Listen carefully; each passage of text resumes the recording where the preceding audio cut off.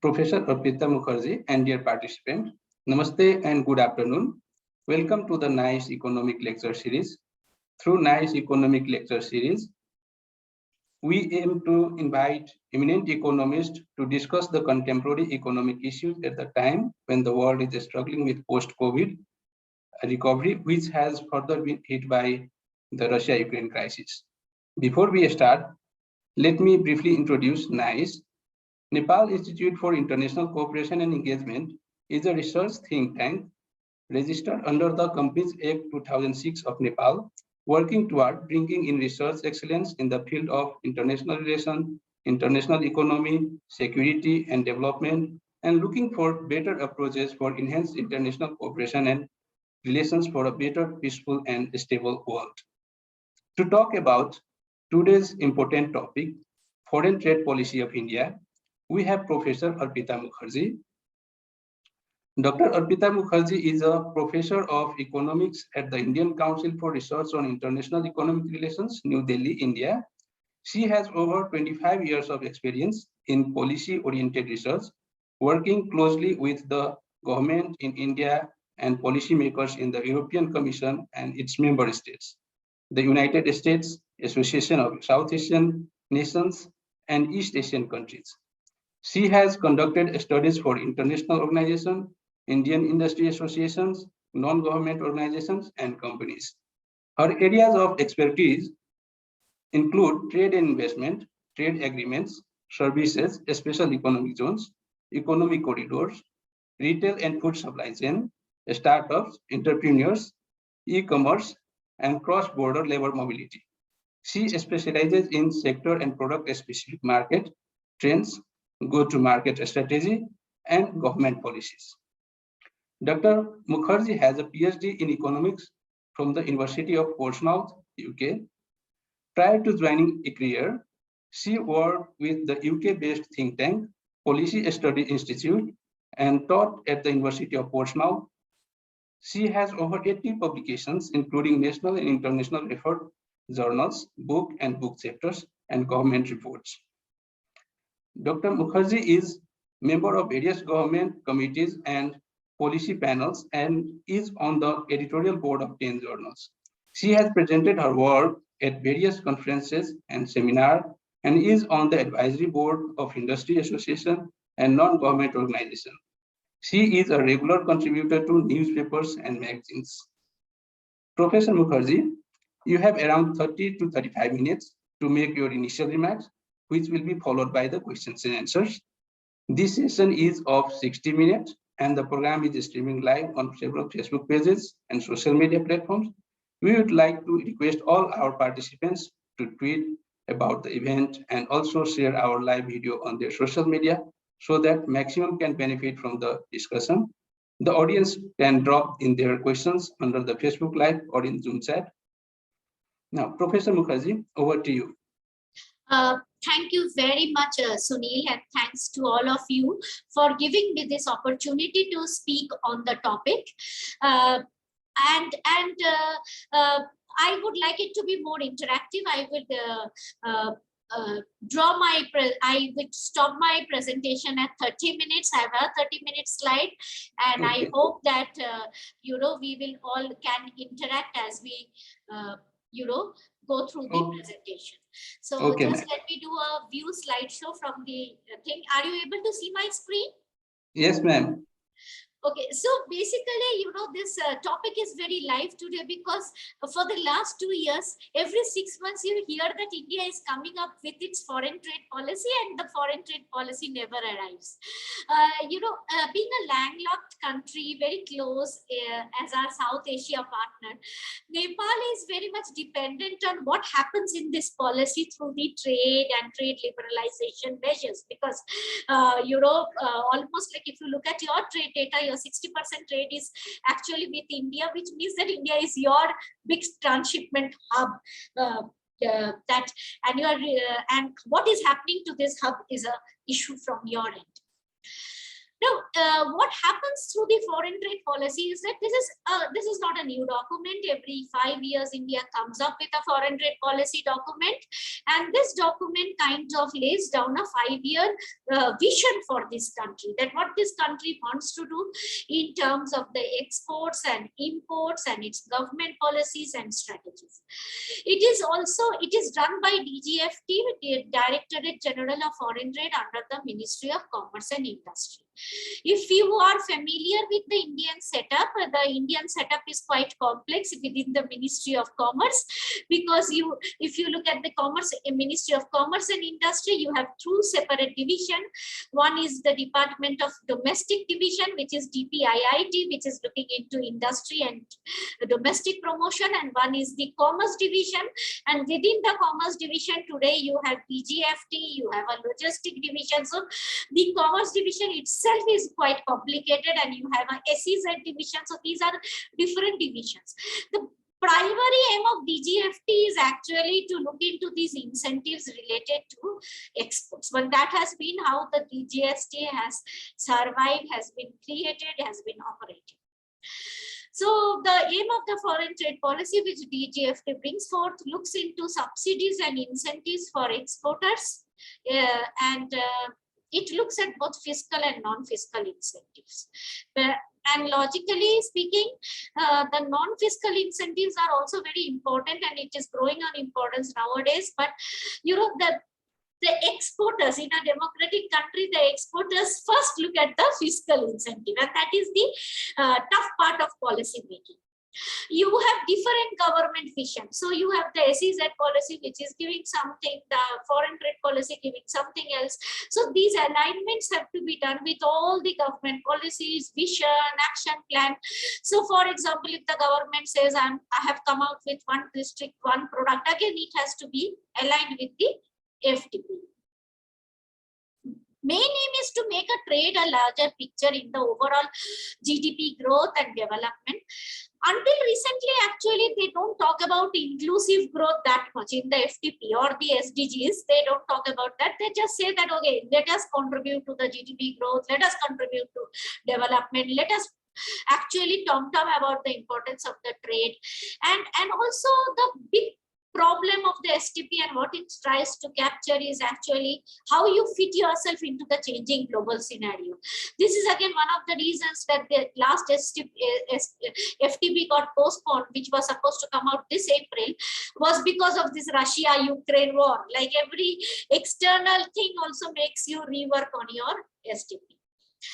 Trade facilitation. See, previously when foreign trade policy was designed, India did not have any logistic committee, logistic policy. So this was also a one-off policy for trade facilitation, export facilitation, not looking into the domestic trade part of the thing. And this has been a key role of this policy. You know, at least the policy doesn't always give incentive, but it always highlights the gap and what needs to be done.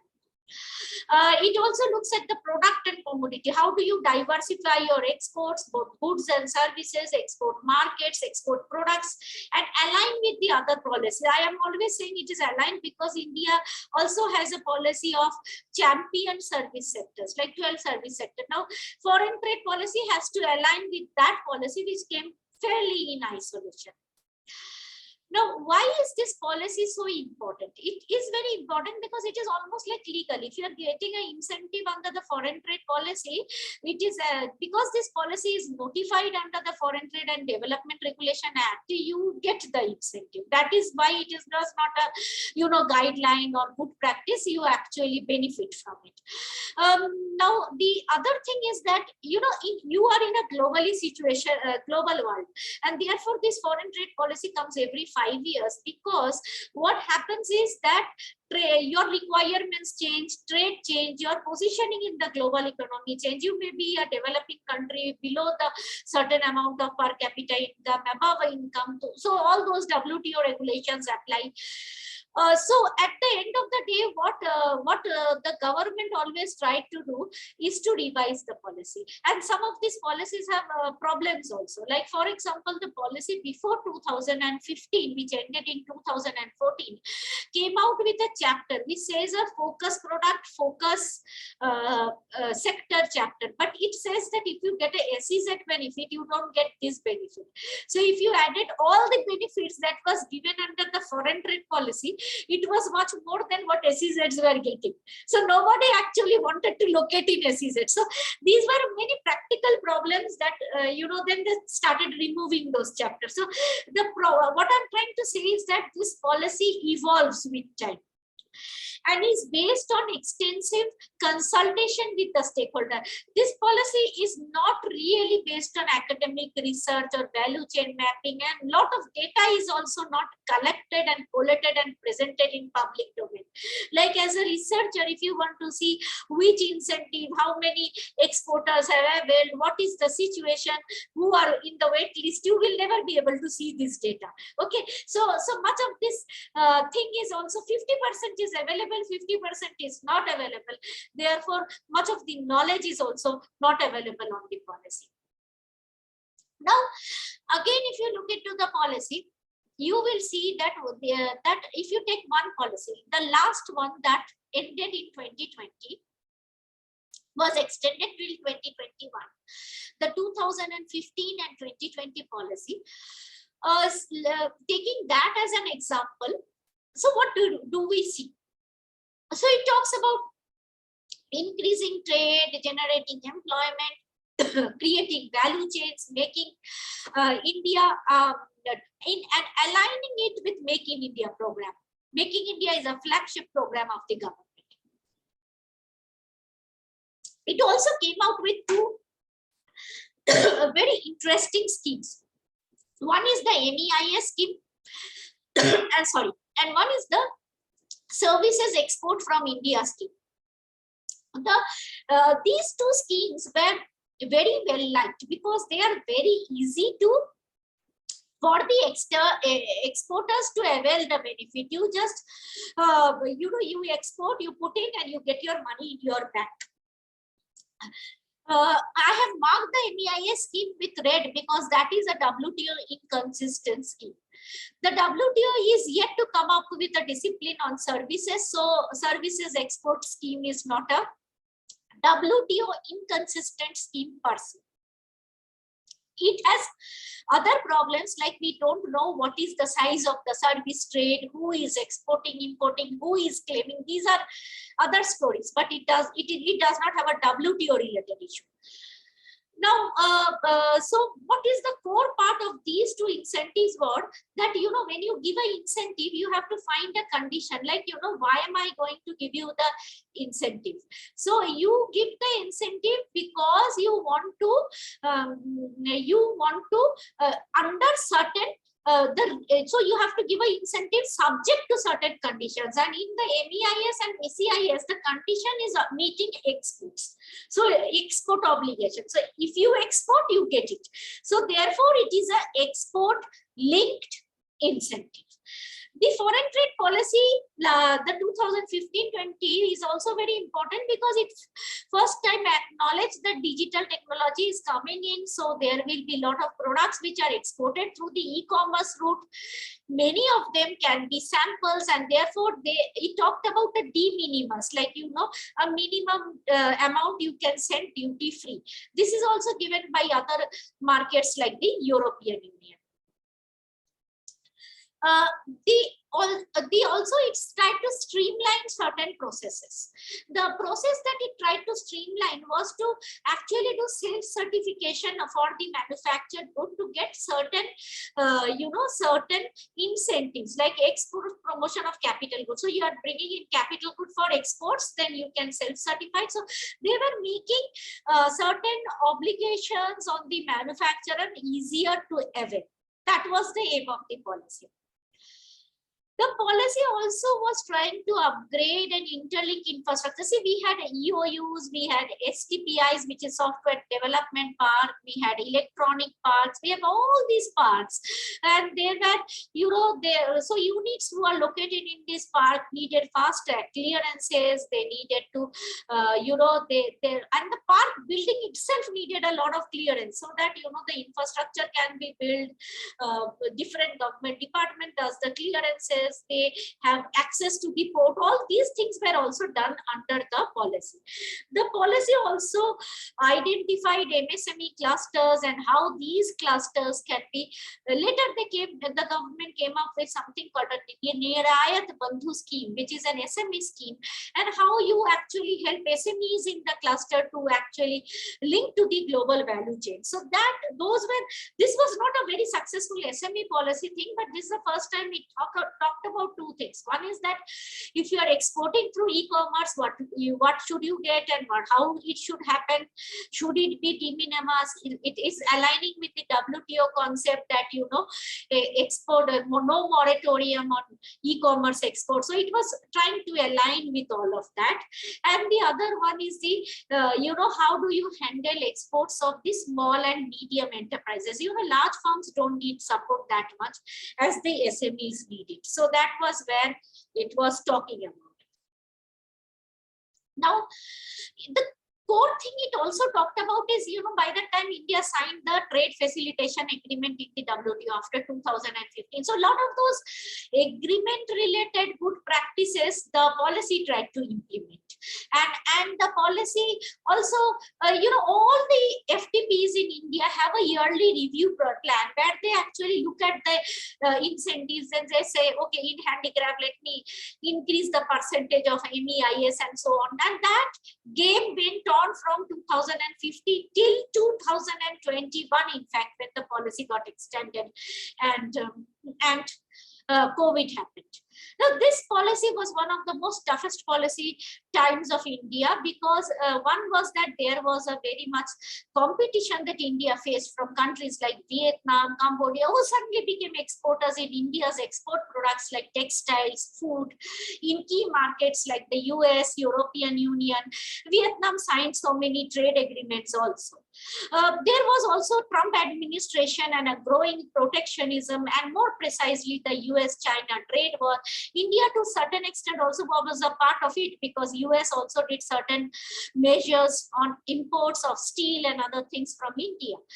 India-China relationship also did not work out the way India had foreseen, and RCEP, after 11 years of negotiations, India changed its strategy towards China and withdrew from RCEP.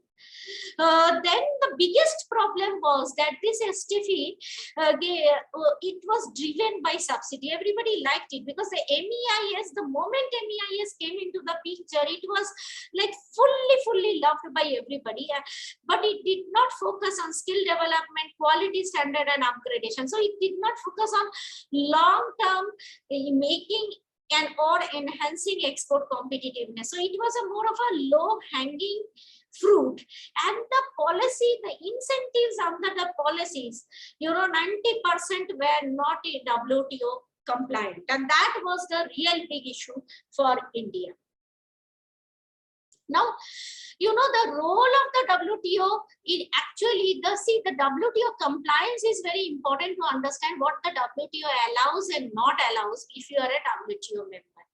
The WTO was set up to actually have a free and fair trade, and WTO has the vision that if you give subsidy and lower the cost, you are actually doing a trade distortion. And initially WTO was setting up rules for governing subsidies in goods. Later they included agriculture also. Today there is no subsidy in services. They were supposed to include, they haven't really gone up to there. So WTO document itself is also, I would say, a evolving document. the WTO subsidy actually is very complex to understand for countries because it is based on three basic principles.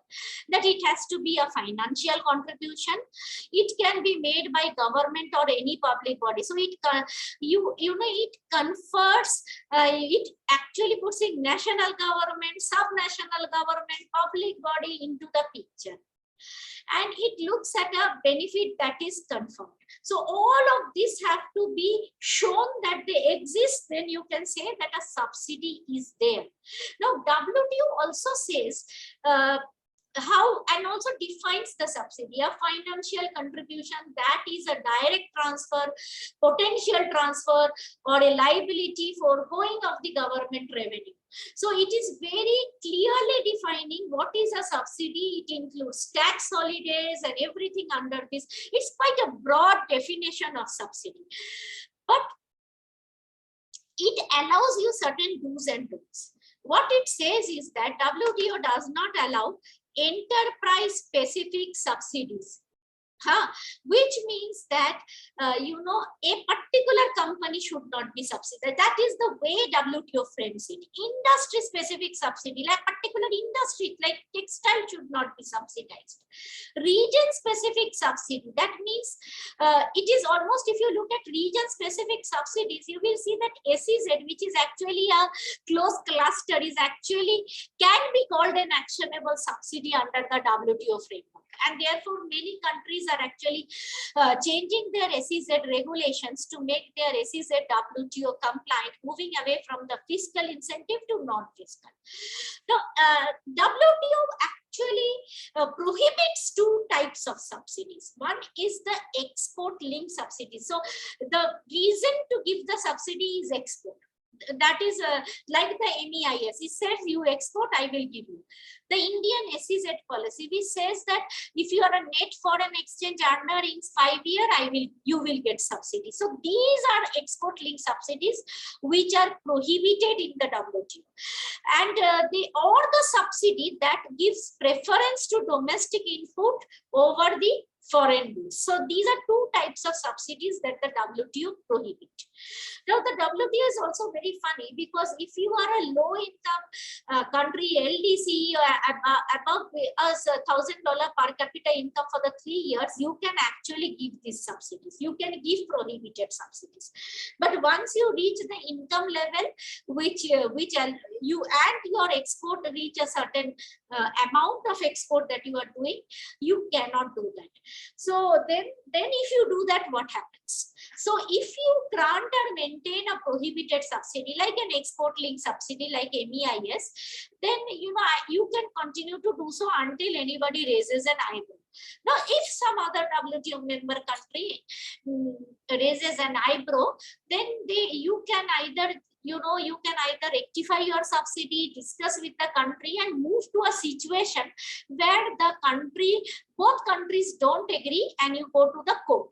And when you go to the court under the WTO, then you actually, there is a dispute settlement body which is set up by the WTO. They will discuss, and if they decide that it is a subsidy which is actually prohibited, then you are supposed to withdraw the subsidy.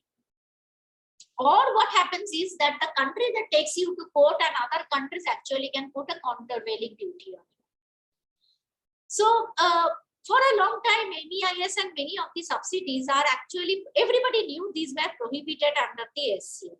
But US has raised that several times with India. But on March 19, 2018, the US raised an objection on it identified subsidies, like it identified foreign trade subsidies, SEZ subsidies, electronic pass scheme, and consolidated them under one roof, asked India for consultation. India actually had an counter argument, but these two countries could not resolve the case. So they went to the WTO. In the WTO, actually, US got support from the European Commission and others who also thought India was not doing its subsidy policy correct.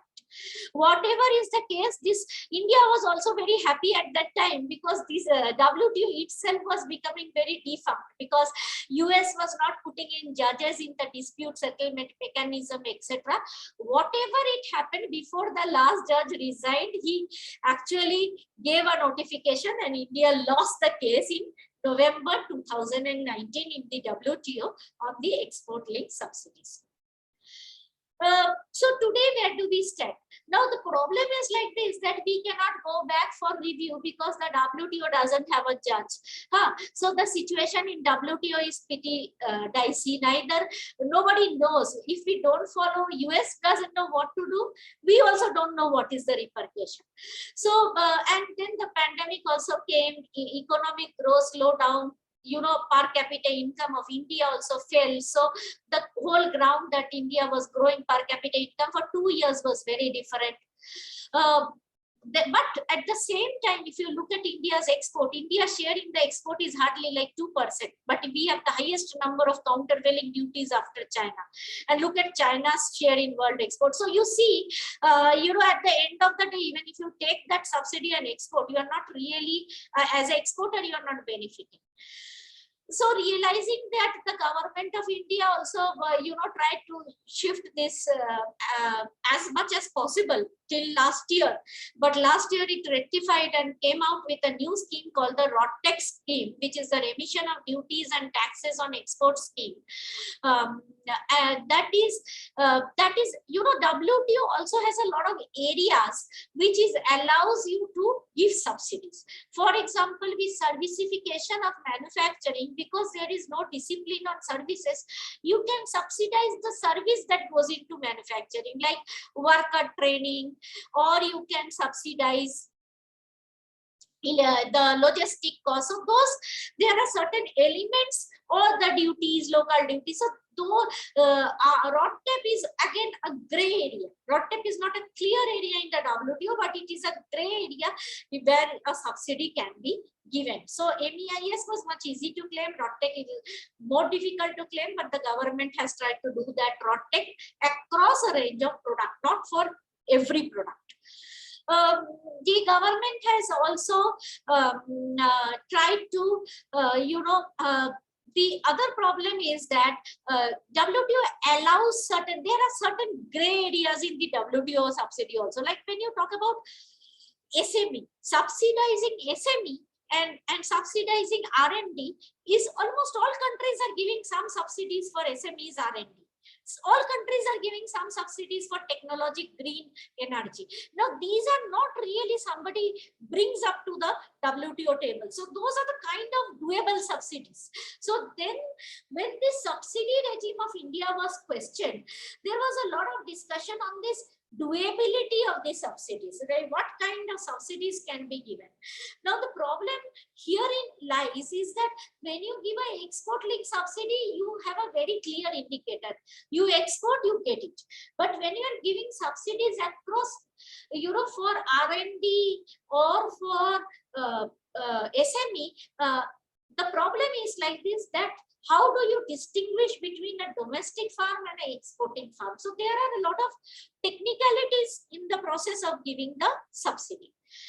Whatever may be the case, the government tried to design a foreign trade policy, which is 21-26, which was supposed to come into effect this year, but it got postponed because of many reasons, which I am listing down the reasons now. One is the thing is that, as I rightly told you, that SEZ and foreign trade policy has to be aligned. Now, the SEZ was also questioned and we lost the case. Electronic parks were questioned. We lost the case. We came out with a new incentive called PIL incentive. And if you read the PIL incentive carefully, it is a production linked incentive. It is not, but given to a few sectors. So some can go and actually say it is an actionable incentive.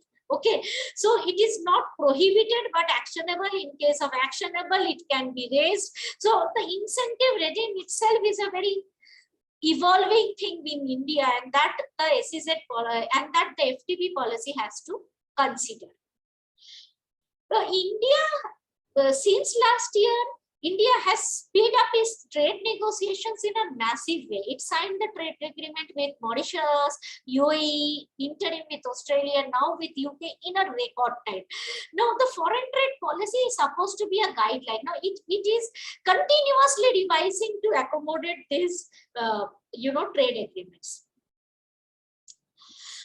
There are some past issues like the capital goods scheme, etc. First of all, though, they are being questioned. Secondly, the claiming of benefit under these schemes have been pending. Some many exporters are saying they have not got their claim. So those issues need to be resolved before the new policy coming. The new ideas have been floated in the market. Commerce Ministry went gung-ho over this one district, one product scheme and made a kind of $6,000 odd billion or something INR budget to the Finance Ministry, and financing of such detailed and massive export schemes under the current economic situation has also, put the whole policy on hold. Now look at the type of incentives. Now because the policy also had a lot of discussion on fiscal to non-fiscal incentive and whether how much can be put in through trade facilitation, because there is a big push on trade facilitation in India now. And a lot of people who criticize the earlier policy said that it did not contain two things. One is MSMEs and one is SDGs, Sustainable Development Goal. The MSME among them is much clearer to understand because they are a small and integrated component. SDGs are very difficult to understand because SDG, if you look at the UN SDG, they particularly involve almost everything under the sun. And the target is 2030. Like so from women participation in trade to everything can then become a part of the foreign trade policy. So how much that document can take is also very important. Now there are certain things that has been talked about that you are going in a digital age and digital trade. There need to be well-defined e-commerce chapter. So this is something which is more important. MSME is something which is more important. And then by the time the foreign trade policy is announced, already new export targets have been announced, and the target are US trillion each for goods and services till 2030. That has now come earlier to 2027 for services, and this year's expected is $294 billion. So 294 billion to 1 trillion, you can well imagine, is quite a big stiff target to climb. Now other departments of the government are doing their export strategy documents. Now, export strategy, foreign trade policy, at the end of the day, do you read so many documents? Apart from that, the Russian-Ukraine war is here now, and the Russian-Ukraine war has told the whole entire world has been now divided. India is taking up the G20 presidency next year, and you see the G20 is now in a very, very difficult scenario because it is breaking up and people are not in a common format. So India doesn't want to be sounding like something which is not correct. India is also going in for the Azadi Ka Mahotsav, 100 years of its independence, and Amrit Kal in 2047, and Amrit Kal strategies are being framed now. So the foreign trade and everything now has to focus on Amrit Kal. They were earlier focusing on India as 5 trillion economy. So those targets have to be well defined now. And if you look at the position of the Indian ministers over the years, you will see they have changed. If you look at the Commerce Minister and his speech, Mr. Suresh Prabhu's speech, he was talking about more in terms of identifying commodities for exports. But now if you look into Mr. Goel's speech, who is the current, he is saying that, you should be self-reliant and competitive. So, this says how the foreign trade policy over the years is trying to take away the fiscal incentives and taking more into the focus is more on enhancing your competitiveness. Now, if you look into what the foreign policy should have, it should have certain things. These are the basic principles of foreign trade policy. First of all, WTO compliant incentives. There are several of them. It is better to actually select from the traffic light incentives which the WTO gave to green incentive, the WTO green traffic light, or maximum the orange one. Please do not select the red one. Secondly is the issue of the exporter. The exporter today are facing various issues like digital inclusion, financial inclusion, digital financial inclusion, and these will be the latest topic in the foreign trade policy. And ease of access to credit is a key. And ease of access to credit means can be bank loan at lower rate. It need not be subsidies. So that's exactly what the foreign trade policy need to look into. Then long-term goals, skill development, technological upgradation, improvement of quality and standard, meeting the standard of other countries. This actually helps you to export in the long run. R&D and innovation. SDG is going to be very important today in in your exports. Also, people are asking for green technology, sustainable products. Improvement in your export infrastructure through digitalization, not only by creating infrastructure, but a risk, like for example, a digital risk management system for export clearance. That is something they need. Digital trade and e-commerce, there should be in modern export promotion reports, there is always a chapter for fourth-tier technologies and their use in the exports, like e-commerce. Enhance competitiveness. How do you actually enhance your competitiveness? That is the thought process that has to go in. Now, in the meantime, while this foreign trade policy, when it was initially initiated, it was the only policy. But over time, government has other policies. Like now we have PM Gati Shakti, PLI scheme. All of these have to align with the foreign trade policy. Now, to align all of these, see the success, where the problem is, the first thing that you need is the data. And that data is not available. So nobody knows. Everybody is giving their suggestions and based on general, knowledge or the consultations. Now, the other point is that what other countries are doing, because I can have the best foreign trade policy, but if other countries are doing better, they can do much better than me in terms of trade. So it is always a comparison. So I can improve my logistics, but what is my ranking in logistic performance indicator? It is something like that.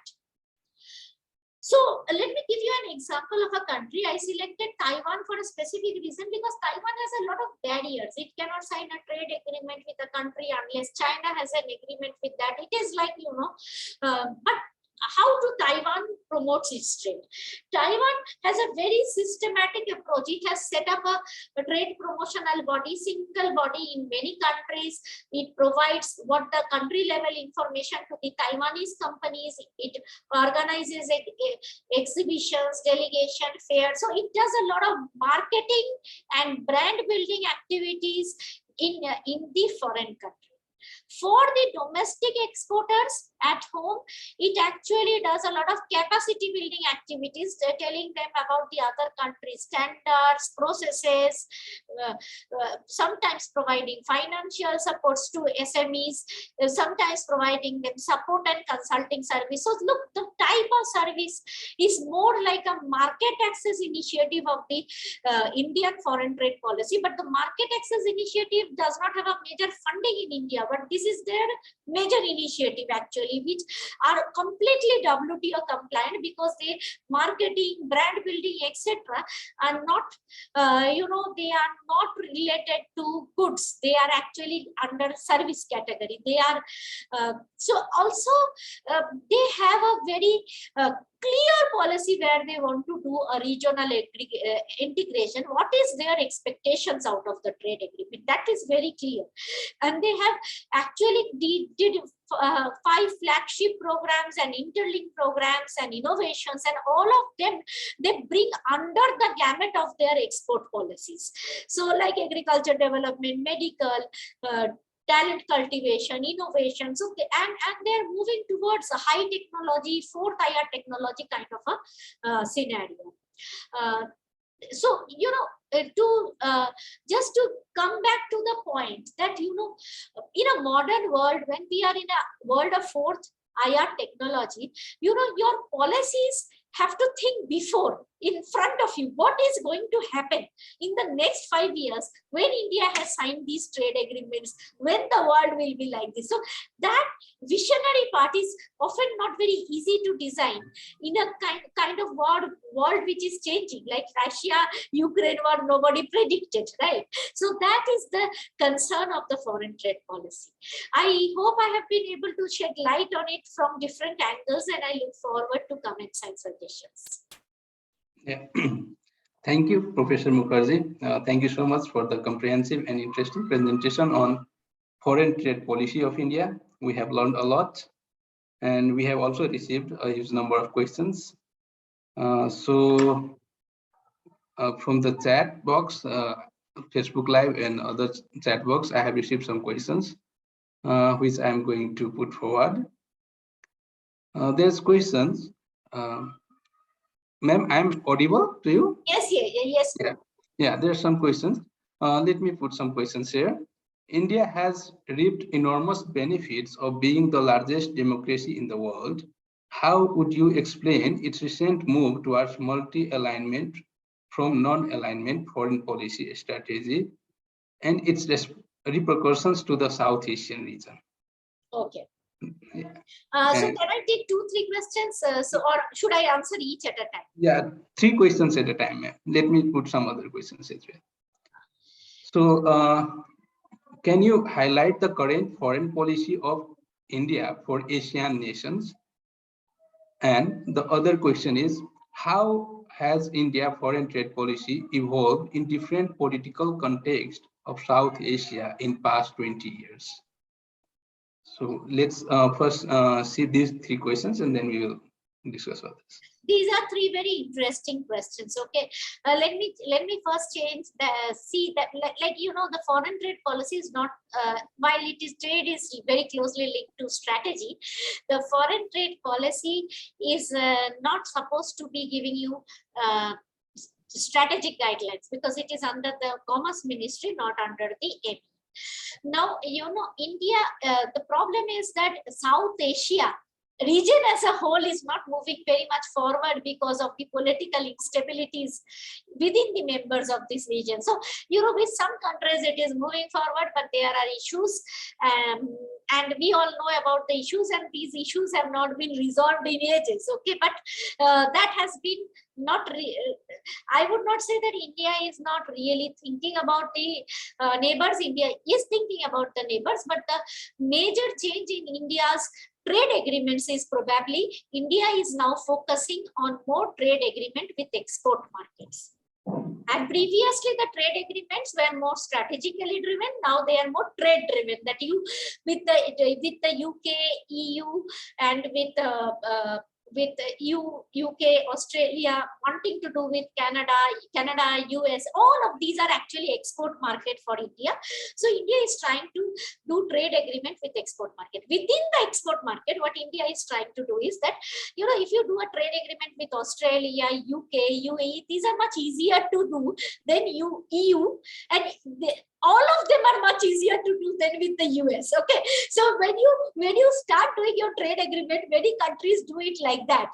They do trade agreement with one which is easier, and then move forward. So this is your answer to the second question. With the answer to the third question is, we are very much integrated and engaged with ASEAN. I don't think that India is not engaged with ASEAN. India and Indonesia themselves are working very, very close together for the G20.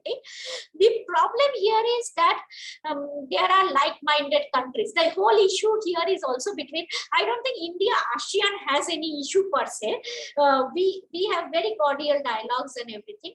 The issue is probably with the South Asia region, and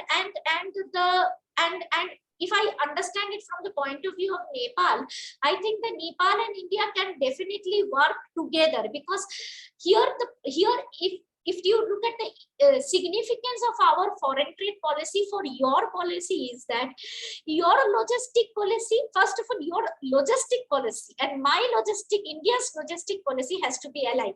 Because if your logistic and our logistics are not aligned, especially in the corridors where you are exporting, the gains for Nepal is lower. So and so is the gains for India also. On both sides we are not gaining. So therefore this alignment between our trade is very, very important, and I completely agree that the foreign trade policy need to look into that alignment with the neighbors with whom it is sharing its exports. So our export strategies cannot be delinked with the exports of Nepal, Bhutan, these type of countries where we are actually jointly sharing the export burden. Yeah, thank you, ma'am. Thank you so much for the comprehensive answers. Let me put some other questions here. There's a question about foreign trade policy of India after Ukraine war. And the similar question is there also, like, what are the impacts of Russia-Ukraine war on foreign trade and foreign trade policy of India? That's the similar questions. And there's other questions on what would you please highlight the implication of Sri Lanka's economic crisis on India's trade policy? And the other, let me put one more question. And how can you analyze India foreign policy post 2014? Yeah. See, basically what has happened is that these are three different questions. Let me answer. See, what is going to happen to the world after Russian-Ukraine war, we don't know, but we are in a very sensitive position, I must say, because see, India and Russia has been strategic partner, past partner, defense collaboration, but our trade with Russia or Ukraine is not much. If you look at our trade partners, you see European Union is a far bigger trading partner for India with a very, very different position than, you know, our trade with Russia per se. And India has carefully, I think that is, I would give some credit to the government that India has carefully tried to keep itself as far as possible away from this Russia-Ukraine questions at all, you know, because it wanted the trade to smoothly move on. And the only place where India has commented on this issue is, you know, when there is a domestic fear, because petrol prices are rising, there is a domestic inflation fear. And as you know, Nepal is also feeling the inflation. We are also feeling the inflation. So there is a problem in all the economies. So all our economy, whether they like it, they want to speak about it. So you will hear some things like, you know, okay, we can export more wheat. So we are, you know, somewhere there is a fear and somewhere we are giving positive signal, but the fact remains one is a strategic partner, but the trade is low. But with the others who are opposing it, the trade, the cost of trade is much higher. So it is better. The strategy that India has taken is more trade-oriented strategy to not to talk about it a lot in the political, in open. And there is therefore, when in a democracy, when the leadership keeps quiet, you know, everybody else talks about it. So you see a lot of articles on the Ukraine-Russia war. But I think the position of India is very clear. They are trying to actually, you know, not take a position, bring everybody together and, you know, create a good situation. Now, coming to the Sri Lanka, since the Sri Lanka situation is a kind of a more of a issue that Nepal should think over with the BRI and everything than us. We have been always really politically being against a BRI concept, but I don't think it has anything negative to do with India and Sri Lanka. India and Sri Lanka has been strategic partner. They have been economic partner. They have their trade agreement, which is running good. Indian industries have made an investment under the agreement. So their relationship between the two countries is good. And you know, this is almost a kind of a Sri Lankan issue that Sri Lanka needs to you know, address. And that way also, if you see the Indian policymakers, they have really kept themselves very much aloof of this topic, not to make it politically sensitive. Now, in the current policy context. See, FTP is not, again, I will tell you, FTP is not a strategic document. It is a trade promotional document. Trade promotional document will have to look into the current trade issue.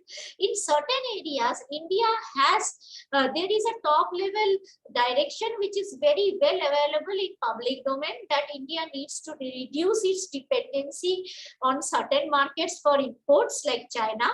There is need for trade diversification.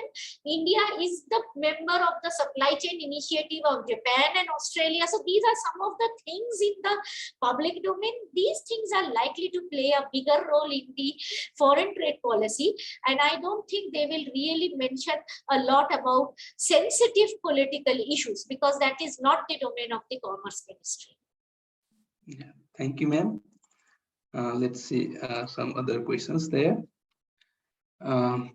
The COVID-19 pandemic has triggered a debate as whether the global value chains and the foreign trade policy are production networks that seeks to exploit gains from the hyper-specialization across country. What are the impacts of COVID-19 on global value chains and foreign trade policies? This is a very interesting question. Actually, what COVID has done is, COVID has done three things. Okay, one is that it has fast-tracked the process of digitalization. So digitalization is now happening all over the world in terms of customs, processes, and you know, many things which had gone, like, you know, line agencies, reviewing documentation have gone online. The foreign trade policy actually can seal it there. You know, this is a good move that foreign trade and export policies of different countries actually don't make it go back to a system where exporters have to run between different government documents with government departments with documents. So this is the good part of the COVID. The second good part of the COVID, I'm going to the good part of the story, is that it led to a big boost of use of AI, machine learning tools. It has led to the use of these tools, and data also can be used to do risk management of, and then you can move your entire risk management system gradually online. And countries like India, Nepal, they also have a capacity constraint. India also is a very big country, but we don't have so many food safety operators at different ports, laboratories, and other infrastructure issues. That can be mitigated a lot by using and connecting things through technology. So that is one part of the COVID. The other part of the COVID-19 pandemic is that the pandemic actually talks about e-commerce trade. So e-commerce and digital trade is now going to be a big component of the new age trade agreement. So these are three things that I think. And the other thing is the COVID also taught people about you know, standards and quality, like food safety standards. So these are going to be key determinant of trade and trade policy. So trade policy needs to look into quality and standards. Thank you. Thank you, ma'am. We will take, yeah, there's one question from Facebook Live. Since India and China are both emerging economies, but China has greater share in global value chain and international trade, what could be the reason that India is lagging behind in the GVC? That's the one question from the Facebook Live. And it will be the last question. In your opinion, what are areas where South Asian countries should focus for regional cooperation and trade? Over to you, ma'am.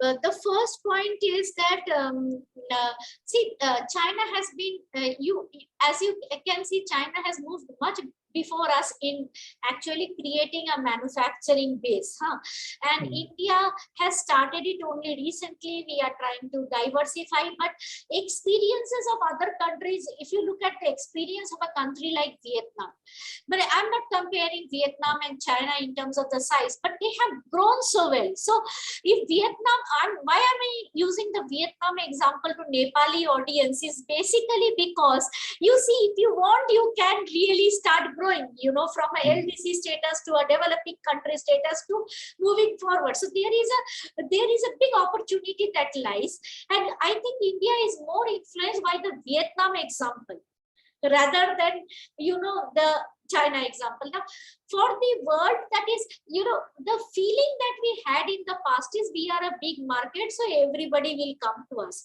I think we are now more strategic to think that yes, we are a big market, but we need to offer ease of doing business, logistics facilities, etc., to attract. And the Prime Minister has launched a lot of initiative in this regard. From the PLI scheme is also like, if you are growing big, it is a bigger and it's a incentive to produce more.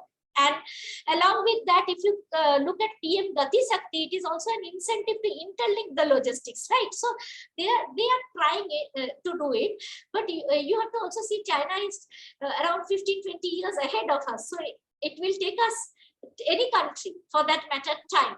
It is not like who is going to be the leader and where. It is important that every country has certain benefits. China also has its own ways and good practices which can be taken up by other countries. One of the greatest practice that China has and which can be taken up is that when China joined the WTO, China used to give all these incentives, but when China joined the WTO, it cleaned up all its export-linked incentives, domestic substitution-linked incentives. It gives incentives, it gives a lot of incentives, but by just cleaning them up, China is WTO compliant. So there can be certain good lessons that we need to take back from China. And your last question was? In your opinion, what are the areas where South Asian countries should focus for regional cooperation and trade? See, in my opinion, there are a couple of areas where we can really collaborate on regional cooperation and trade. One of the areas is like promoting trade of SMEs, small and medium enterprises, or if that is trade linked to SDGs, or women enterprises and trade. These are innovation and trade. These are areas where I think none of the countries can object that I don't want to do it. So these will be the low-hanging fruit. Secondly, where they can really cooperate is in areas where there are border delays. This border delays and supply chain delays, they're like AEO, mutual recognition of authorized economic operators. These are kind of things which are part of the WTO TFA. These are areas where they can cooperate. Easier mobilities of vehicles, setting up multimodal transport networks. These are areas where India and many of its South Asian neighbors can cooperate. And I think these are areas where we will have mutual gains. Yeah, thank you, ma'am. Here we will come to the end of the session. Thank you for Professor Mukherjee for the insightful presentation. It was a great session. And we'd also like to thank our participants and audience for their wonderful questions. We still have some questions, but due to time constraints, we will not take those questions. Have a nice day, ma'am, and dear participants. Our participants, we will like to have you at our next sessions, which will be held in the upcoming days. Thank you very much, ma'am. Thank you very much. Thank you very much for the invite, and have a great day to all of you.